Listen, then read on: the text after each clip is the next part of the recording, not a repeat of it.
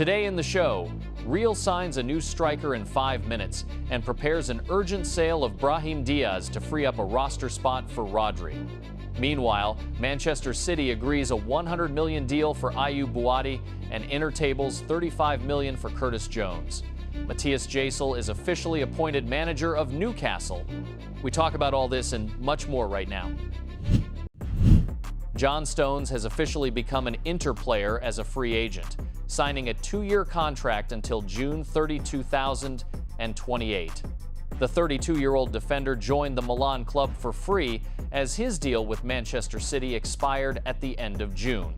Arsenal and Chelsea also showed interest in the experienced defender, but the player decided to take on a new challenge and ply his trade in Serie A for the first time in his career. A change of scenery will allow the Englishman to secure regular playing time at a high level and become a pillar of the Italian champion's defensive line. The signing of paperwork has already taken place, so the player will join squad training shortly to prepare for the start of the campaign. Carlos Espí officially becomes a real player, as the Madrid club lightning fast activated the release clause of the 21-year-old Levante forward in the amount of 25 million euros. The Royal Club dispatched an official letter and agreed personal terms on a 6-year contract until June 2032 in just 5 minutes, as the striker himself dreamed of joining the Madrid side. Signing the imposing 194-centimeter target man was a personal request from manager José Mourinho. Following Gonzalo Garcia's departure to Fulham for regular playing time, the manager insisted on bringing in a purebred number 9 for physical presence in the penalty box and aerial threat. In parallel, Real continues working on the main transfer target of the summer, which remains Ballon d'Or winner Rodri from Manchester City. The Spanish midfielder himself has clearly designated returning to his hometown as his ultimate priority, expressed sincere interest in moving to the Santiago Bernabéu stadium, and stands ready to block any offers from other teams. However, the Manchester City hierarchy has taken a firm stance, setting a clear price tag on their leader of 75 million euros.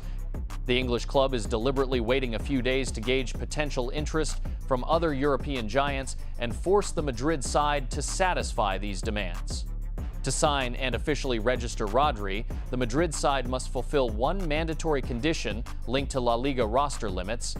The club board must complete another sale of a first-team player to free up a spot in the 25-man squad. Since signing the midfielder is meant to be the final flourish of the summer transfer campaign, the Madrid side is simultaneously working on departure options for one of their performers to successfully seal the deal. Brahim Diaz has become the primary candidate to leave Real, as the Madrid club finds itself needing to urgently free up a spot in their 25-man squad to register Rodri. Following the purchase of Carlos Espí and the signing of Yan Diomande from RB Leipzig for 120 million euros, La Liga roster limits have hit a critical threshold. The arrival of the Ivorian winger effectively reduced Brahim's playing minutes to 0, so his sale is viewed by management as an ideal way to raise funds and vacate a squad slot. Meanwhile, rumors regarding a potential departure for Aurelien Tchouameni or Eduardo Camavinga have lost relevance, as José Mourinho considers these midfielders untouchable for his system. The priority for Brahim Diaz himself remains a return to Milan, where he spent 3 successful seasons and is guaranteed a role as the main playmaker.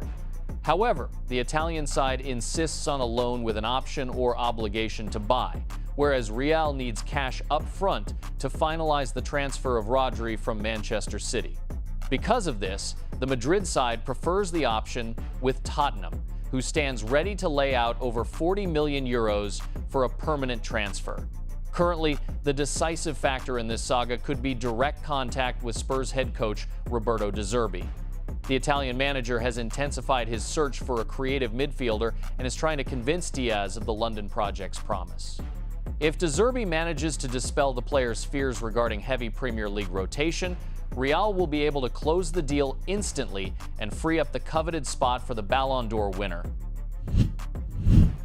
Speaking of Manchester City itself, Ayyoub Bouaddi is one step away from a move to the citizens' camp, as the clubs have made substantial progress in talks over the 18-year-old Lille midfielder. Personal terms on a 5-year contract through June 2031 are already fully agreed with the player himself. Currently, the parties are finalizing discussions on the financial package. The French side insists on a fee of 100 million euros, whereas the initial proposal stands at 90 million euros plus add-ons. The existing 10 million euro gap is planned to be bridged with a flexible structure of performance bonuses. Sporting director Hugo Viana views the young Moroccan as a strategic reinforcement for the defensive midfield position, while the timing of his arrival is directly linked to the situation surrounding Rodri and Real. Should the Ballon d'Or winner change club allegiance this summer, Bouaddi will immediately join the squad under Enzo Maresca for the 2026 to 2027 season. If midfield processes drag on, the Manchester City board still intends to execute a permanent buyout of the player, but will leave him on loan at Lille for another season until the summer of 2027. Thus, the Manchester club makes signing the midfielder its top priority to safely execute transfer rotations in the center of the park and secure the number 6 role for the long term. Finalization of this deal is expected within the coming days. Jaissle will take charge of Newcastle after Eddie Howe decided to step down as manager of the English club after nearly 5 years in charge. The English manager, who captured the League Cup with the team, informed management of his desire to take a break because the club is actively selling off key leaders, leaving the manager unclear about the project's future direction. Since Howe's decision to step down voluntarily forced the club to urgently seek a replacement, the hierarchy quickly reached an agreement with Jaissle, who will sign a contract through June 2030. The German manager arrives on Saturday to sign documents and be officially presented. To formalize the appointment, Newcastle will pay Al-Ahli 11 million euros in compensation for early contract termination. Despite 75% of shares in Newcastle and Al-Ahli being owned by the Saudi Sovereign Wealth Fund, which looks like shifting money from one pocket to another, both clubs are completely separate legal entities with their own budgets. UEFA and the Premier League strictly monitor transactions between related parties. That is why the payment of 11 million euros is recorded as market compensation, preventing accusations of financial manipulation and unmarket asset acquisition. From the perspective of the Saudi fund, this transaction is an internal movement of funds. However, for Newcastle, the payment of 11 million euros is logged as a direct expenditure under English financial fair play rules. It represents a real loss on the club's financial statements, reducing its transfer allowance and wage budget for the current season. Arne Slot has made the candidate shortlist for the Al-Ahli managerial post after Jaissle agreed to take charge of Newcastle. The Saudi club's board urgently launched a search for a new head coach and considers the 47-year-old Dutch manager one of the main options to bolster the project. However, according to sources, Arne Slot himself is in no rush to accept a financially lucrative proposal from the Middle East. The Dutchman has clearly outlined his priorities and prefers to continue his career in Europe, counting on a job in one of the leading championships. Curtis Jones has landed at the center of Inter's attention as the Milan club resumed attempts to sign the 25-year-old Liverpool midfielder. Representatives of the Italian giant, through intermediaries, informed the Merseyside hierarchy of their readiness to lay out 35 million euros for the club's academy product. However, this proposal once again fell short of the English side's financial demands, as they value their player at no less than 40 million euros and point to the January transfer of Conor Gallagher from Atletico Madrid to Tottenham for an identical sum. Even though the midfielder's contract with Liverpool runs only until the summer of 2027, the club hierarchy maintains a firm stance. Executives insist they would rather let the footballer leave for free at the end of his deal in a year than agree to sell him below their own valuation. Currently, active talks regarding a contract renewal with Jones himself are not being conducted, but the club is open to discussing new terms if the parties can find a compromise regarding his role and financial expectations. This is not Inter's first attempt to entice the midfielder. In January, the Italians offered a loan with an option to buy, which met an immediate rejection. Jones is an academy product from Kirkby, has played 228 matches for the first team, won 2 Premier League titles, the FA Cup, and 2 League Cups. If the Milan club does not raise its proposal to the requested €40 million, the player will begin the new season as part of his boyhood club. Antonio Silva is moving to Bournemouth, as the clubs have already signed an agreement regarding the transfer of the central defender. The fixed compensation sum stands at €25 million, with an additional €5 million structured as bonus payments. Benfica granted the player permission to fly out for a medical examination immediately following the conclusion of the Europa League playoff match against Street Gallen. The player has agreed personal terms, so the club will finalize the defender's move shortly. Cole Palmer shared his impressions of Chelsea's preseason preparation under Xabi Alonso and spoke about his emotions after missing the World Cup.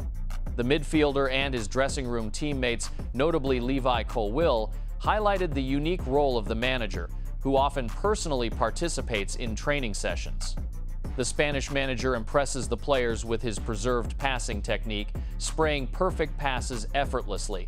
Speaking about working under the manager, Palmer noted, "Xabi Alonso has been a real breath of fresh air for us. We are very happy. We like his ideas. You can see his quality even during training when he joins the drills. His passes are still top level."